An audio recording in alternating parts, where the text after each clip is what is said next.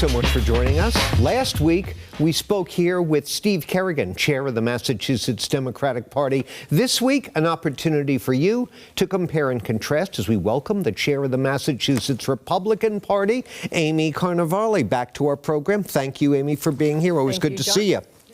Good to be here. So, this weekend, a lot of news coming out of L.A. in the past week. Protests around the country centering around the Trump administration's mass arrests of immigrants. Does the Mass GOP support the deployment of National Guard troops and Marines to L.A. and other cities where these protests are going on? Well, John, I do think it's clear that voters last November voted to enforce our immigration laws. And I think that's something that the Republicans generally and Massachusetts Republicans even support. That being said, we certainly have compassion for those individuals who have entered into our country and into our state seeking a better life. And so we do think that they should be addressed in a compassionate manner. But that being said, you know, they did break the law coming in, and a majority of Americans do feel that our laws should be enforced, but done so in a compassionate way. I mean, the critics are claiming the Trump administration's sending in these troops and so forth to try to inflame the situation, that the images of street violence and troops quelling it is what they want politically. Is that true? So I think it's hard for us here in Massachusetts to know exactly what the situation is on the ground in LA and in California. Certainly there are businesses in the area and citizens who should be protected from these demonstrations, particularly when they turn violent. So it's important that law and order be enforced. I do think there is an appropriateness of enforcing the law and order and ensuring public safety.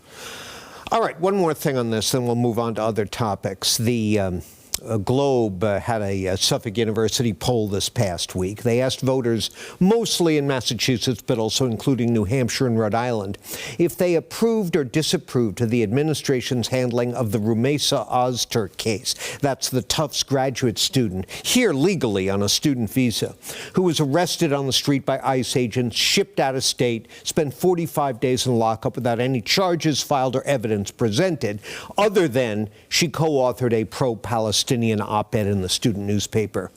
70% of those polled disapproved of that. 58% strongly. Only 16% approved of it. Does that damage the Republican brand, stuff like that happening?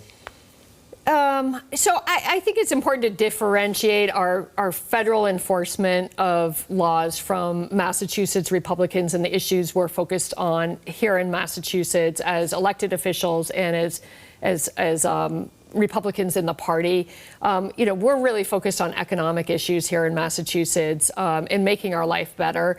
So you'll hear us talk a lot about the policies of the Healey administration.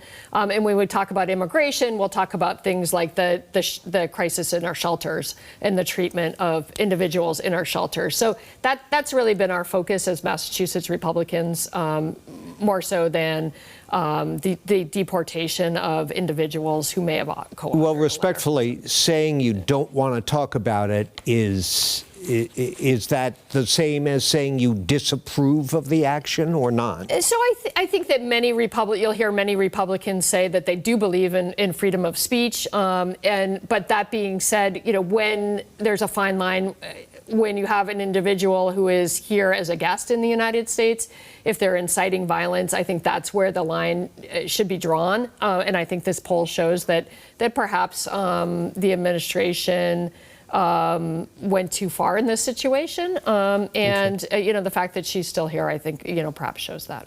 Republicans on Beacon Hill have been expressing a lot of concern about the economy, the way it's headed, taxes and spending and so forth.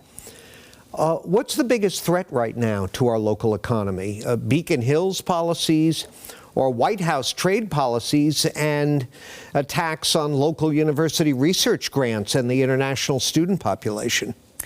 Clearly, it's the issues that you talked about on Beacon Hill. We are seeing that we're spending right now more than we're taking in. Under the Healy administration, our budget has continued to increase. And we continue to remain concerned about the spending on migrants in the migrant shelters, even though that shelter system is ramping down. The spending, continues. And frankly, we still don't have firm numbers. $1 billion thereabouts a year, and that's just at the state level. Not to mention the impact on localities. So it continues to remain a concern. Our tax policy remains a concern. You're seeing the Healy administration propose new taxes, whether it's in the form of a prescription tax or a candy tax. They're looking, shot down by the legislature, yes. But thankfully shot down by the legislature. But nevertheless, proposing new taxes to cover the increase in expenses. And so at some point, we are seeing an out-migration of businesses in Massachusetts, and that's a real concern down the line. The situation with the migrants, clearly there have been a lot of problems with that all along. It's been well documented. The state auditor recently came out with a critical audit of the Healy administration on that. What's the GOP alternative for handling the remaining migrants? Just throw them out in the street, or what? Of course not. So we need to look at a cooperative system with the federal government to determine of the migrants where the appropriate housing should be. Should some of them, are they all here legally? Are some of them here illegally? And really have a system that integrates them, those who are going to stay into our community, or if they are not here legally, to work with the federal government to send them to where they came from, and try to have them apply for legal. In that way, you and Healy kind of agree, right? We need federal immigration reform. Absolutely. I do believe we need federal immigration reform. But in lieu of that, we need a state government that's cooperating with the federal government to handle the problem that we have here today. Well, there's no question the budget over the years, Republican governors, Democratic governors, has continued to grow. And the new budget is making its way through Beacon Hill. Your predecessor at the party, Jim Lyons, the former chair, has called for the resignation of House Minority Leader Brad Jones over his vote for the state budget. Do you agree with that call, or? We do not agree with that. We fully support Leader Jones. He was elected by his caucus, and we think that he's representing the caucus well and in serving Republican constituency, and we support him. Even though he's been a part of this process of budgetary growth. I'm not saying he's never spoken out against certain things, but he's been a vote for the growth of the budget. Yeah, I think it's important when you think about Republicans on Beacon Hill to look at some of the amendments that they offer, either whether they're successful or not successful in the negotiations that oftentimes takes place behind the scenes.